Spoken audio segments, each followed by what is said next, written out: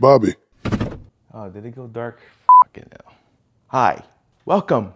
I'm Sonic Bob. I have something cool I want to show you. Well, semi-cool. This is my modded Pathfinder. It initially takes rival rounds, but on the downside, the other rival round magazines that doesn't come with this blaster has to be modded to fit properly and make it function properly. I made this thing better by converting it to short dart. I will get to more in detail later in the video, but let's get started from the very beginning. I got a new mic, so I hope the audio quality sounds a little better from past videos. You know, I was walking down the street and a man across from the other side of the street yelled out and said to me, "How do you get to the other side?" I looked back at him, I looked around, and I yelled, "You're already on the other side." Let's get into the video.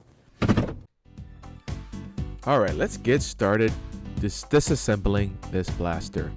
I don't know how much screws there were, but there were a decent amount of screws, but at least each screw were about the same size. There was only like a couple screws that were longer, which I think it was for the front.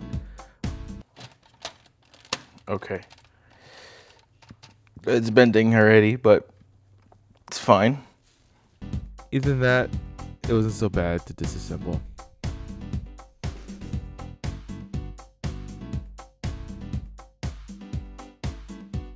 There you go. Nice and beautiful disassembly. You know? All right. So next is the painting process. We know how it is. Nice. Clicking on the video, we're making this blaster into like a Nier Automata inspired blaster. So anything that is blue would be painted white, and anything yellow would be like a beige white color, and anything black is gonna stay black. But the sites that you see that are yellow is gonna be yanked out and be placed with a rail. Before we get into the modding, I would like to thank Kurt Thompson for beautiful blasters. I got a nice red and black Zeta, which hits really hard, and a nice Adventure Force Spectrum, which also hits pretty hard as well. Let's get back into the video.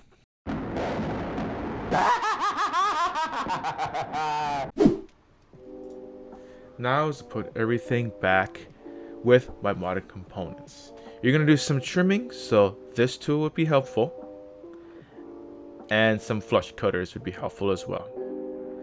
So you're basically trimming in between here just to fit the mag well in, and after you got it trimmed out, just make sure you glue it down so for extra security, and you do the same thing for the other side.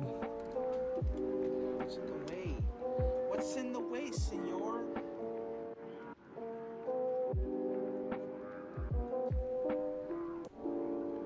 Next is the pusher.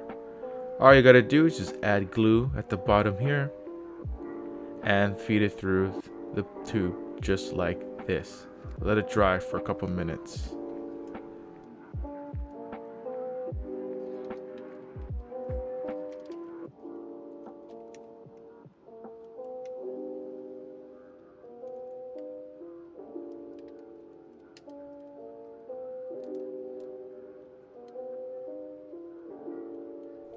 Next is the breech. This fits in here nicely, just like this. Then you add in your barrel holder, which is right in between the muzzle and the breech. Now you slide in your pusher, just like this. It's a little tricky, but sliding it'll fit in nicely. And make sure you screw down your barrel. Just add lubrication here on the O-ring for extra seal. To put it back easily, you can prime it back, but just be very careful. And don't forget to lube up the O-ring. Screw everything down. And I just added my medallion using regular super glue.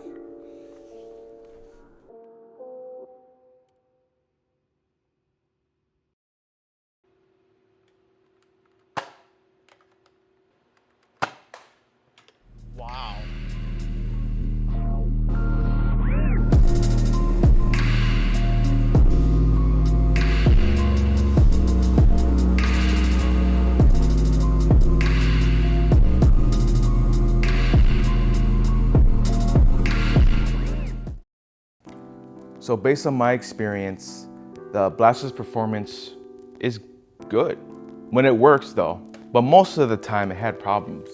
During my gameplay, darts being fed was not very consistent and the FPS was inconsistent as well. And majority of the time it jammed on me. It could have been the darts, it could have been me, it could have been maybe the kit of how I installed it, but who knows? So what I have to say about this blaster?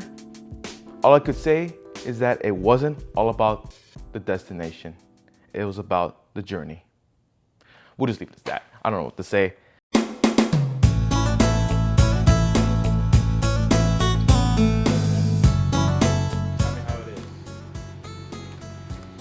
Overall, paint is pretty nicely done. You got a badge here. My question is, what the is this? I think it looks cool. The Pathfinder is a really cool looking blaster to begin with. And this is a kit that you...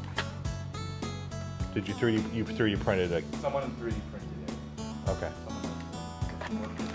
That's pretty cool. I have to shoot it. Can I shoot you, Jose? Is that okay?